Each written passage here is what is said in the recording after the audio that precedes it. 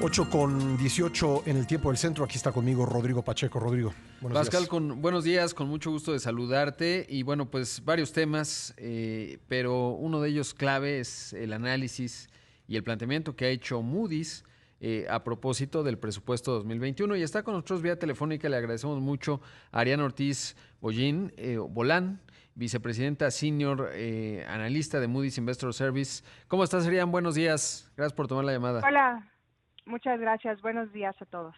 Oye, pues ya veía que ustedes anticipan una caída en la recaudación que podría ser de hasta 14%. Evidentemente hemos visto un deterioro significativo desde la óptica del empleo formal en México y sectores enormes que han sido impactados como el turístico. ¿Qué están viendo en términos de la viabilidad del presupuesto como está planteado en función justo de la recaudación? Creemos que hay algunos supuestos que nos parecen optimistas, sobre todo la expectativa de que la contracción económica en el 2020 sea de 8%. Nosotros estamos en una caída de menos 10% y hay algunos estimados de hasta menos 11, menos 12. De hecho, ese menos 10% que tenemos nosotros asume que la segunda mitad del 2020 va a haber una recuperación relativamente fuerte. Entonces, eso por un lado. Por otro lado, quizás es más optimista el supuesto de que México va a crecer 4.6% el próximo año.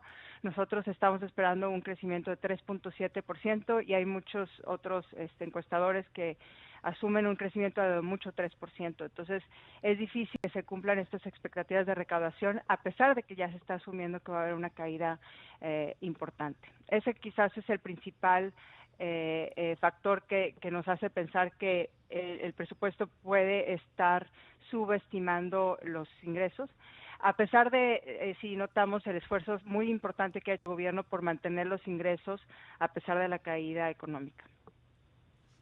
Y en ese sentido preguntarte, ¿cómo está el calendario de calificaciones? ¿En qué fase están? Porque normalmente pues, establecen un umbral de 12, 18 meses, de acuerdo a conforme se van presentando las condiciones. Si hay asuntos especiales, pues obviamente toman una acción rápida.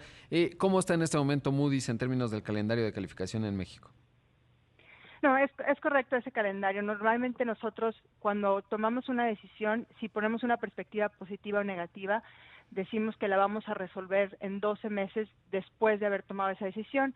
Nosotros bajamos la calificación en abril de este año, entonces esos 12 meses sería en abril del próximo año y no creemos que algo de lo que ha pasado, si bien ha habido varias revisiones a la baja en la contracción económica, cuando tomamos una decisión de calificación es pensando no nada más en un año, sino en varios. De hecho, la calificación debe ser mirar hasta 5 años en adelante. Entonces, es importante lo que va a pasar en el 20, pero es todavía más importante para efectos de la calificación qué pasará en el 21 y el 22, y para eso necesitamos más información concreta de cómo terminó el año y también cómo se compara México en relación a otros países que están viviendo también la pandemia. Arián, te Entonces, saluda Pascal Beltrán del Río. Preguntarte que el incumplimiento de estos supuestos, pues qué efectos tendría, digamos, en la imagen de México frente a los inversionistas y en la confianza. ¿Qué efectos podría tener si no se cumplen? La mayoría de los analistas, y no sé si pueda yo hablar representando a todo ese grupo de analistas, pero como nosotros lo vemos es que cuando un gobierno nos presenta un presupuesto con supuestos que son poco optimistas, entonces tenemos que pensar qué es lo que haría el gobierno una vez que no se cumplan esos supuestos y con base a eso tomar una decisión. Hace que entonces la predictibilidad de las finanzas públicas sea menor, porque entonces uno tiene que llenar esos huecos de información que no te están dando con lo que uno supone que van a hacer y genera más ruido y más incertidumbre. Que podría ser, digamos, en el caso de que no pues se cumpla, por ejemplo, lo esperado en términos de ingreso, pues la necesaria contratación de deuda para llenar esos huecos. Es correcto, o mayores recortes o generar más ingresos de algún otro lado, pero eso siempre es mucho más difícil. Y el gobierno ya ha estado recortando en los últimos 3 presupuestos bastante en relación a los años anteriores y creemos que cada vez es más difícil siguiendo la misma práctica, además de que los ahorros financieros, el Fondo de Estabilización Presupuestario y otros ahorros fiscales que el gobierno tiene los han ido utilizando, entonces quedan menos herramientas más que asumir más deuda, que es probablemente lo que va a terminar ocurriendo.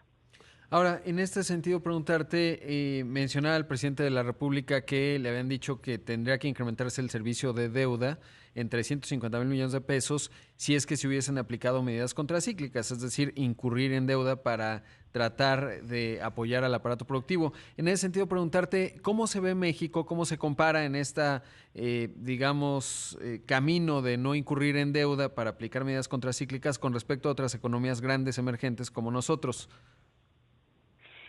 La gran mayoría de todos los países, y no estoy hablando de Alemania, ni Corea, ni otras economías avanzadas, sino Colombia, Panamá, Perú, Chile, Turquía, Sudáfrica, en fin, casi cualquier otra economía grande como México incurrió en un gasto de 3, 4, 5 puntos del Producto Interno Bruto hasta 10% del Producto Interno Bruto para apoyar a las familias y a las empresas a afrontar esta crisis, con la idea de que puedan entonces llevar una recuperación económica más rápida una vez que termine la pandemia. México sí destaca en lo muy limitado que fue ese esfuerzo fiscal, fue menos del 1% del PIB, entonces si bien tiene un beneficio de no incurrir más deuda y no tener que pagar esa deuda, queda la duda de si entonces México se va a tardar todavía más que otros países en recuperar la senda de crecimiento, y al final si uno no tiene crecimiento económico, un país no crece, entonces no genera los recursos, los ingresos necesarios para después cumplir con sus obligaciones financieras. Entonces no es necesariamente positivo desde el punto de vista de crédito el que no se incurra gastos si es que la economía no se reactiva. Ahora, cualquier gasto no necesariamente va a llevar a mayor crecimiento económico, tendría que ser gasto que está ligado directamente a mejorar las condiciones de crecimiento. Arián, ¿cuándo sería aparente esto? Digamos, en los reportes de finanzas del primero o segundo trimestre del próximo año. Sí, tendríamos que tener la información del 2020. No sé exactamente a qué se refieren, pero ahorita lo que tenemos solamente es la primera mitad del 2020 y tenemos muchos supuestos de cómo va a terminar el año y cómo va a empezar el próximo año, pero para tener una foto completa de cómo se compara México en el 2020 versus otros países, sí tendríamos que tener al menos la información de cómo terminó el año, sí. Pues Arián, muchísimas gracias por haber estado con nosotros esta mañana. Muchas gracias a ustedes por la invitación. Gracias.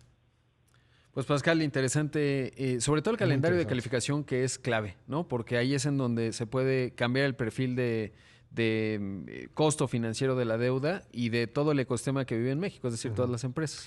Ahora, digamos, lo que el presidente ha llamado la fórmula mexicana, ¿no? Que se distingue de otras, lo que yo veo es que se privilegia una disciplina fiscal en no incurrir en más gasto.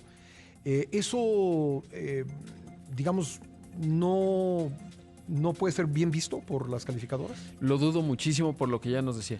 Bueno, sí, bueno. Pues ahí está. Gracias, Rodrigo.